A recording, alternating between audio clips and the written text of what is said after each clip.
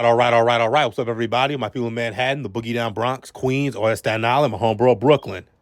Back at another video, and as we all know, this year, 2023, marks the 50th anniversary of the creation of the genre of music known as hip-hop or rap music. 2 weeks ago, I stated, in honor of the 50th anniversary of hip-hop, I'm be doing 5 videos giving my top 10 greatest of all time list related to the hip-hop genre. The first video I did was top 10 greatest rap producers. Last week I did top 10 greatest rap songs, and this week's gonna be top 10 greatest rap albums. If you disagree, you're welcome to respectfully in the comment section down below. Give me your top 10 greatest rap albums list. Click the like button, subscribe, and let's get into it. Coming in number 10 is The Infamous, released by Mobb Deep in 1995. This was Mobb Deep's sophomore album after their 1993 release Juvenile Hell, which had no success at all, and they got released from that label. They came back in 1995 stronger than ever. Havoc with his great production and Prodigy with his great rhymes, they came together to create this masterpiece of the East Coast Renaissance. Of course, it featured tracks such as Eye for an Eye featuring Nas and Raekwon, Give Up the Goods featuring Big Noyd, Temperatures Rising featuring Crystal Johnson, Up North Trip, Right Back At You featuring Big Noyd, Ghostface Killah, and Raekwon from the Wu-Tang Clan, Survival of the Fittest, and Shook One's Part 2, two of the greatest rap songs of all time. And if you saw my top 10 greatest rap songs list last week, I said Shook One's Part 2 is the greatest rap song ever.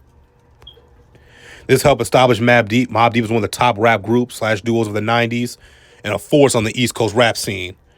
It also helped revitalize Queensbridge rap music, which of course was started in the 80s, and Nas kind of revived in the 90s. Of course, here's Prodigy, who unfortunately passed away in 2017 at the age of 42 due to complications from a sickle cell disease. Rest in peace, P.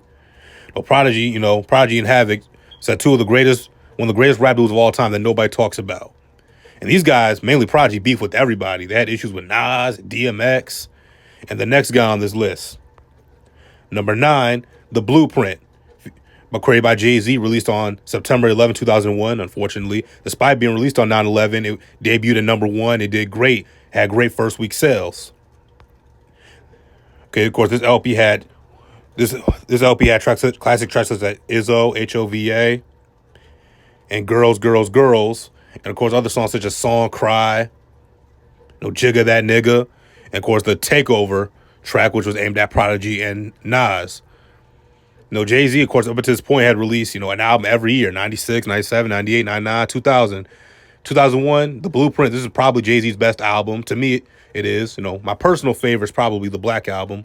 But The Blueprint is no doubt Jay-Z's best album. And 2001 was probably the year of Jay-Z, arguably. He had some competition, but this is arguably the year of Jay-Z. 2001 was. Classic album, and in 2019, it was inducted into the U.S. National Recording Registry for being culturally, historically, and aesthetically significant. The first album of any genre created in the 21st century to be inducted into the National Recording Registry. So that's a big honor to have. Of course, like I said, this was during the middle of Jay-Z and Nas' highly publicized feud. And, we all know what happened. Speaking of Nas, coming in at number 8 is It Was Written. Now, in the past, I've stated this is my favorite Nas album, and I've argued that this is probably Nas' best LP. I'm going to get to that in a few minutes, but It Was Written, so one of the greatest albums of all time. It was a mafioso rap album. Nas stepped up his game, his lyricism, his flows. This song had a mixture of the street conscious music we heard on Illmatic with kind of the commercial success that Nas had, with songs such as Street Dreams and If I Ruled the World, of course featuring the legendary Miss Lauryn Hill. In the Street Dreams remix, we featured R. Kelly on the hook, and that's what started the trend of rappers wanting R. Kelly to do hooks for their songs. Okay, the songs, Lupe Fiasco stated this was his favorite album of all time, and it had great influence on him. Corday said the same thing. And the music video with Frank Vincent and what's that girl's name? The black chick who's on Real Housewives of Atlanta or some shit. What's her name? Keisha something? Kesha? I forget her name. Any guys know her name? Tell me in the comment section down below. I forget her name, but this was a classic song. Street dreams are made of these. Coming in at number 7 is Enter the Wu-Tang, 36 Chambers by Wu-Tang Clan, released in 1993. This was the LP that kicked off the East Coast Renaissance. There was singles like Protect Your Neck and Can It All Be So Simple and Cream. Cash Rules Everything Around Me. RZA's production, chopping up soul samples, slowing them down, and having His lyricists like Raekwon and Ghostface and Method Man and GZA and all his guys, Inspector Deck, rapping over it. Spawned success for this album. It's one of the greatest albums of all time, one of the greatest debut albums of all time. And like I said, it kicked off the East Coast Renaissance and the careers of the Wu-Tang Clan, as a group and solo-wise. Here you see Big L, Nas, Big Pun. The East Coast was struggling up to this point. Because of the takeover of West Coast rap music. And of course, the takeover of West Coast rap music began in 1988 with the release of Straight Outta Compton by NWA, which comes in at number 6. At this time, the East Coast, of course, the East Coast created hip hop. So, of course, they're the dominant scene. Slick Rick, Eric B. and Rakim, LL Cool J, Run DMC, Public Enemy, Schoolie D out of Philadelphia. It was all about the East Coast in the 80s. And until NWA came on the scene with this gangster rap album, or what they called reality rap. Of course, featuring Eazy-E, Dr. Dre, MC Ren, Arabian Prince, DJ Yella, and Ice Cube. This album has songs such as Straight Outta Compton. You see here the legendary music video and Fuck the Police, and other songs such as Gangsta Gangsta.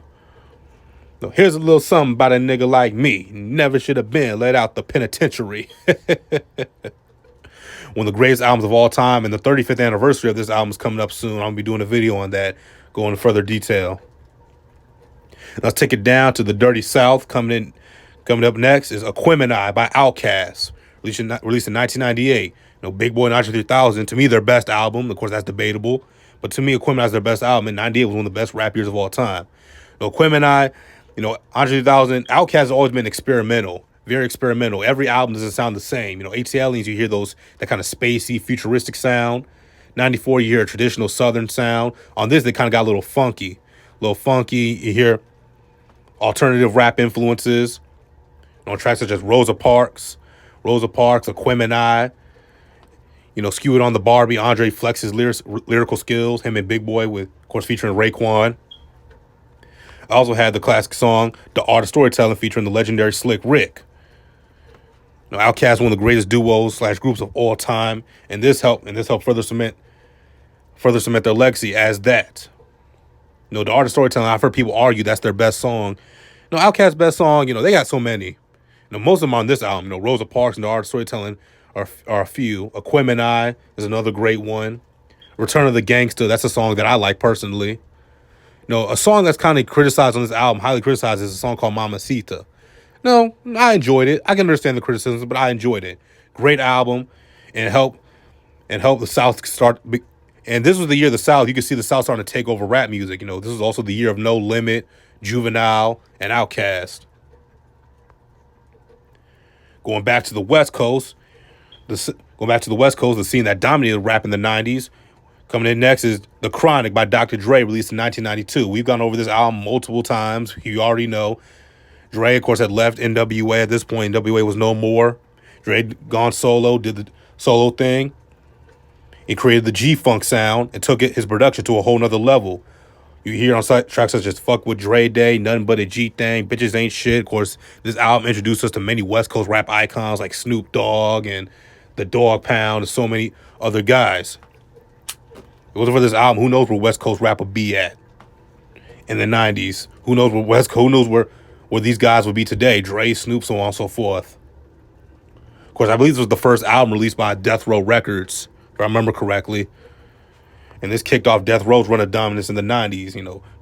You see Dre, Nate Dogg, you see Tupac, and of course there's Suge Knight. Devil-looking bastard. But shouldn't I look at the damn devil, doesn't he? Next, the scene coming up next is Ready to Die by the Notorious B.I.G., released in 1994. This album, people give this album so much credit for revitalizing East Coast rap, and it does deserve a great deal of credit. It's a great album. Like I said, I've said in the past, and Lord Jamar said in the past, Biggie's hits were West Coast. Songs like Juicy and Big Papa. Big Papa has, of course, G-Funk in it. Mobb Deep revitalized East Coast gangster rap, and again, that's a whole other conversation. But of course, it was a legendary album, introduced the world to arguably the greatest MC of all time, one of the greatest lyricists and storytellers of all time, the Notorious B.I.G. Songs such as Juicy, which gone down to rap history, and Big Papa, and One More Chance, and Suicidal Thoughts, I Got a Story to Tell. So many classic tracks from this legendary masterpiece, Ready to Die. R.I.P. Notorious B.I.G. Coming in number 2, My Beautiful Dark Twisted Fantasy by Kanye West, released in 2010. People got to understand what's going on in Kanye's life at this point. A lot of Kanye, his mom had passed away years prior. He came back with 808s and Heartbreaks, which was a great album. And then we had the whole Taylor Swift incident. Kanye was kind of public enemy number one. Even Obama referred to Kanye West as a jackass for doing that, for interrupting Taylor Swift's speech at the VMAs that year. I remember that shit was yesterday. I was a little kid. Then Kanye came back. Kanye did what he always did. Wherever he's involved in some controversy, he comes back and shows the world why he's a genius and why he's one of the greatest hip-hop artists of all time. Songs such as Power, Runaway, and of course All the Lights featuring Rihanna. He had... That's one of the strong points of the album was the features. He had features from Rihanna, Fergie, Kid Cudi, Elton John, even Chris Rock contributed to this album. Stevie Wonder. Kanye West is a fucking genius, man. Kanye West's prime is something you had to be there. What a time to be alive. Kanye West's prime. But yeah, one of the greatest and most influential rap albums of all time, probably musical albums, period, of all time. My Beautiful Dark Twisted Fantasy. And honestly, it's probably the best album of the 2010s, which is saying a lot, because a lot of great albums came out in that decade. Here's the uncensored version of the album cover in case y'all wanted to see it. And also the intro song Dark Fantasy. Go check that out. That was a great song. People just think about Runaway and Power and All the Lights. There are a lot of great songs on this album. Coming in number 1 is Illmatic, the hip hop Bible. Again, early in the video I said that I always thought It Was Written was better, than Illmatic, but I was wrong. You guys, I never get tired of listening to Illmatic. 10 tracks, but it's just crazy. It's just crazy how influential this album was. I mean, Nas was the first rapper to have more than one producer work on his project. He had DJ Premier, Pete Rock, Large Professor on his track. Nas, with this album, he was looked at as the new Rakim. He had like Rakim's flow, Slick Rick storytelling ability, Cool G Rap's lyricism. He was like a mixture of all the great MCs of the 80s and early 90s, all rolled into one with great production. Tracks like New York State of Mind, Life's a Bitch, The World Is Yours, Halftime, It Ain't Hard to Tell. One of those, it was part of the East Coast Renaissance. It came out in 94, a couple months before Big's Ready to Die dropped. Ready to Die dropped, excuse me. I mean, what else can you really say about this album? It's just incredible. It's out of this world. Whose world is this? The world is yours. And, like Nas bragged about to Jay-Z.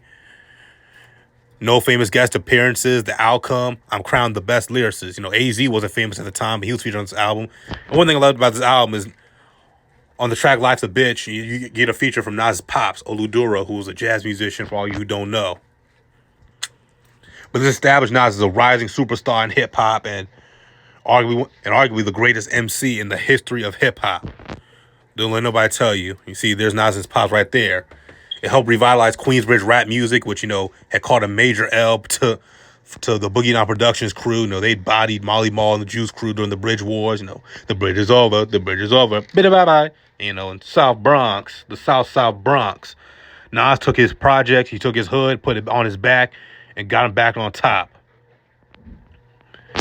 But, that's my greatest rap album of all time list. Tell me what you guys think in the comment section down below. What do you believe is the greatest rap album ever? Do you think it's Illmatic? Do you think it's Dark Twisted Fantasy? Do you think it's Ready to Die? Did I miss any? I mean, I know I missed. There are a lot of great albums that you could put on this list. Some may say To Pimp a Butterfly. Some may say you should have put America's Most Wanted. Some say Reasonable Doubt. Some say Graduation. Some may say, the Marshall Mathers LP. Some may say, Paid in Full. Radio. Mama Said Knock You Out. We can go down the list of rap albums. Miseducation. It's Dark and Hell is Hot. Southern Playalistic. The list goes on and on and on. And that's what makes these lists fun. Because somebody's going to get left off. And that's what sparks, quote unquote barbershop conversation. But click a like and subscribe and stay tuned to next week where we'll be doing the greatest rap duos / groups of all time. Till then, see you all.